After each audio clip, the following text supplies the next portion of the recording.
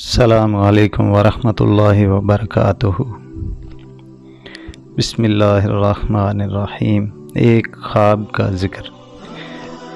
حضرت سیدنا داتا گنج بخش علی حجویری رحمۃ اللہ تعالی علیہ، آپ کی امام اعظم سے محبت و عقیدت کا اندازہ اس بات سے بھی لگایا جا سکتا ہے کہ آپ رحمۃ اللہ تعالی علیہ فرماتے ہیں، میں ایک روز سفر کرتا ہوا ملک شام میں مؤذن رسول حضرت سیدنا بلال رضی اللہ تعالی عنہ کے روضے پر حاضر ہوا۔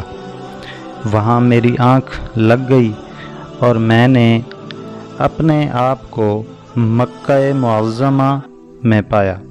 کیا دیکھتا ہوں کہ سرکار دو عالم صلی اللہ تعالی علیہ وآلہ وسلم قبیلہ بنی شیبہ کے دروازے پر موجود ہیں اور ایک عمر رسیدہ شخص کو کسی چھوٹے بچے کی طرح اٹھائے ہوئے ہیں۔ میں فرط محبت سے بے قرار ہو کر آپ صلی اللہ تعالی علیہ وآلہ وسلم کی طرف لپکا اور آپ کے مبارک قدموں کو بوسہ دیا۔ دل ہی دل میں اس بات پر بڑا حیران بھی تھا کہ یہ ضعیف شخص کون ہے۔